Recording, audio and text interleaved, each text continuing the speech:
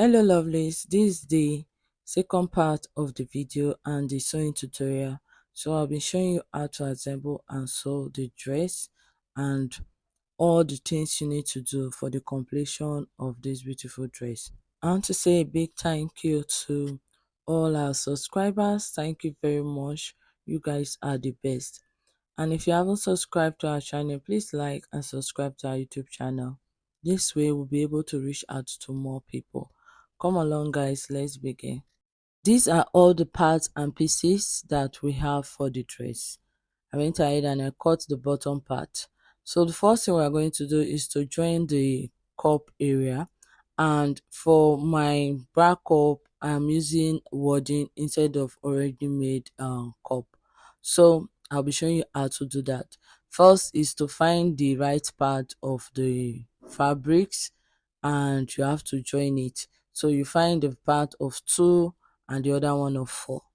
After joining it, I'm going to cut the bra cup now that we'll be using. So this one we'll be making it on our own. So pin it up and cut it, but don't add sewing allowance to it. Then after pinning it, the same way we join the fabric is the same way we are joining the cup. But you can also join it differently by using zigzag machine to join it. So you just open it flat and join it instead of folding it into 2. Okay, so just the way I did it now, this illustration. So I'm done joining it and I'm done joining the fabric also. This is it with the zigzag machine. You see it? Then this is the fabric. So if you don't have zigzag mesh, you can join it the way I joined the fabric. So what you are going to do is to notch the fabric and iron the wording cup to the fabric. So you do the same thing for both of the cup that we have. So I'm going to notch it now, then I'm going to iron it. Do the same thing for the lining piece also. After you've notched every part, iron it first before you attach it to the fabric. So I'm done attaching it and I went ahead and I did one of the lace design for the cup. So I'm going to be showing you how to do for the other cup. You can either use glue or you can use your hemming gun for it. So I'm going to take the lace and I'll be cutting out a piece for the other part of the bra cup. So it depends on the style. I normally don't like doing exactly the same thing I see in a dress. I like to be creative. Even though it's for my client, it's better to be creative, and the person that you are making the dress for can just have a slight difference from the main style. So sorry, that was the lace that I cut for the basque. The same way you cut this is going to be like the lace lining. Okay, the crepe is going to be like the lace lining. So you find the midpoint of the basque, and after you find the midpoint, you are going to now draw the other lines for your boning. So you can make a straight line. I'm just walking around and playing with the boning design. So you can do yours either straight or just be creative. Just find a way to just make it your own corset pattern. So that's what I did. I just decided to mark different lines. You'll find out that sometimes the lines are not giving me what I want. I will end up marking it in a different way. So that was what I did for me to get my boning right. So after doing that, you are going to take your bias tape and you start cutting it to fit the lines that you drew. So I'll cut out every piece. Then after cutting it, I'm going to now stitch it up on the lines that we drew. So it's just the normal way of stitching it, but this time around we are just stitching it like a straight line. So be very careful. Just stitch the edges of all the bias tape that you're adding. So see me adding the bias tape for the design of the boning. Can you see it? So after you've done that, it's going to be beautiful when you are done stitching it. So my bias tape was finished. I had to get extra because I needed to finish this dress. So you put every part of the bias tape. That is where we are inserting the boning. I won't be showing you how to insert the boning because the video is lengthy. Okay, so this is just normal way of inserting boning. I'm going to drop a video on my previous corset tutorial.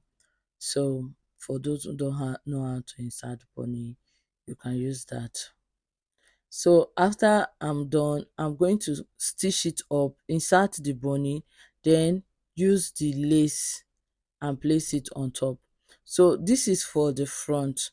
Now for the back, you do the same thing. Just mark the part that you want. So I have to pin it so that I can work on the back. So mark the part that you want and you pin it up also. So I'm going to take out the lace. Then when I'm done stitching it and attaching the bunny, you put your lace and use hemming gum for it. Okay, so when you are done stitching it, place your lace on both the front and the back and use hemming gum to iron it. It's going to stay. Then you are done with the boning side of the dress. Okay, so you are done with the boning area. You are done attaching the lace to the fabric. For those that are not using lace for theirs, you can use it this way. When you are done attaching the boning, you are done with this part instead of attaching your lace. But if you are attaching your lace, after this you are going to iron the lace on top of it. While attaching your boning, give half an inch sewing allowance on both the upper part and the lower part of your corset area. Okay, this is it. After stitching, I've attached the boning, I've also attached the lace to it. So it's time to attach the bra cup to our basque area, okay, the front. So you are going to pin it round. Make sure you remember the side that is facing waist side, okay. So don't throw away your pattern, it's going to be helpful. So after attaching it this way, I'm going to do the same thing for the other part. So I'll stitch it and show you what to do next.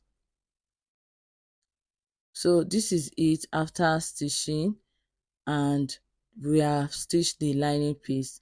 Also, I went ahead and I used my lace to just stitch the bottom part of the keyhole effect. Okay, so instead of doing it the way I did mine, you can use bias to turn out the lace, both the neckline and the keyhole effect. Okay, so but I just used the lace and it was okay by me. So after you are done, pin it up to the bottom part, that's the cup area. You are going to pin the yoke and turn it with the lining. Okay, so after turning it with the lining, you stitch the sides together on both the front and the back. So for the back, let me just give a quick explanation for the neckline. Instead of using bias, I did the same thing that I did for the front. Okay, so I did not use bias, I turn it with the fabric or the lace. So just stitch it, you can just hem it. So after you've hem it, you are going to pin it up to with the lining piece. So you'll be turning it with the lining piece and you'll be joining the sides together same way you are joining the front. Okay, so you stitch the upper part, you turn it, and you are going to now join the sides together. So this is it after stitching and ironing, and I've joined the sides together. So this is the front area, that was the back, this is the front. So for the front, we are going to attach it now to bottom part of the dress. I went ahead and I stitched it up. It's time to work on the bottom part. So I'm going to just give you a quick explanation for the fourth design on my post during the week. So for the fourth design, instead of making it the cut to stop at your half length, you are going to make it stop at your hip area. So when you stop at your hip area, you are going to place it this way. After placing it this way, is the bottom part we are going to cut, not the upper part. Okay, so you are just going to place it. Then when you are done placing it, you cut it from the waist area or from the hip area where you want it to be. So you are going to cut it from the hip down to the waist, or from the waist down to the hip. So you just give it a cut, or you curve it out. So that's how you do the other design, but I'm going to do a video tutorial on how to make that. I just want to explain it. So for the front of our design, this is what you are going to do. So find the midpoint of the bottom part of your dress. After finding the midpoint, you are going to mark it with that 5 inch. Remember, I used 5 inch when I was cutting mine. So if you use 3 inch, you remember you'll be using 3 inch. If you use 4, you'll be using 4 inch. So I went ahead and draw a straight line on the midpoint. Then after drawing a straight line, take your tape and mark the 5 inch. So after marking the 5 inch on that midpoint, you are going to now place the upper part of our dress on the bottom part, okay, for the Basque effect on the bottom part. So you place it, that pointed part is going to be at the middle, that line you drew, so that 5 inch line. Then you see, because of the boning and the lace on it is folding a bit, so don't worry about it. When you stretch it out, it's going to stay. After placing it, you have extra space on the side, okay, but don't worry, it's okay for you to have that. So just take your ruler, or you can use your free hand, and draw the lines from this part that I'm drawing all the way down to the midpoint. Then you do the same thing for the other side. So you can pin it up just like what I'm doing, so that it will not be moving while drawing the straight line.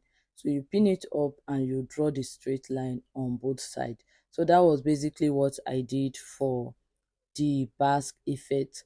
So most cases, most people put it on their body and they will just cut it out on the client's body, but I'm not doing that.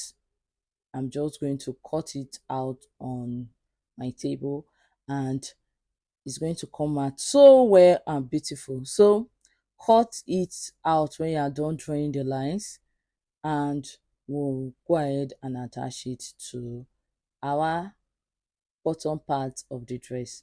So when I'm done cutting it out, I'm going to pin it up. So draw the lines and cut out that part. After removing it, I went ahead and used straight ruler to make it very straight, so that it will have the effect that I needed. Then I went ahead and I cut it out. So you do the same thing for yours. So this is it. After cutting it out, it's time to place the upper part to the bottom part. Remember, I said give half an inch when attaching your boning to your Basque area or the corset area. So that is going to make it easy for you to stitch. So I was done. I went ahead and pin it up, and after pinning it, can you see it? So this is what you are going to have. You are going to do the same thing and join the other part, that's the back, to it. So you'll be joining the bottom part of the back to the upper part of the back, and this is it after stitching. So this is the front after stitching, and this is the back. So time to join the shoulder to shoulder, attach the sleeve. So I cut out a flace sleeve, a circle sleeve. You are going to do the same thing for yours. After cutting it, attach it to the wrist area of your sleeve and mark it, so for you to have the accurate measurement. After marking it, attach it to it. So this is it. I'm going to take the lining piece and attach it. Use stay or paper stay before you attach it. I'm going to go ahead and do mine, then show you how it looks when I'm done stitching those parts, and I'm going to attach the zip because the video is so long. So I'm done stitching it and joining the sleeve and the back to it. I'm joining the sides. I've joined every other part together. I'm so sorry guys, but the video is lengthy, so I had to just cut it and make it shorter. So it's just the normal way of attaching your sleeve, it's just normal way of attaching the flare to it. I'm going to put a video on my description button on how to attach the flare to it. Then also this is the zipper. I've attached the zip. So attach the zipper. You are going to attach it from the chest area, okay, on your back, not from the upper part. So that was what I did, and this is it after stitching. Thank you so much, guys. Thank you for watching today's tutorial. Please don't forget to like and subscribe to our YouTube channel. God bless you and have a lovely day. Bye, guys.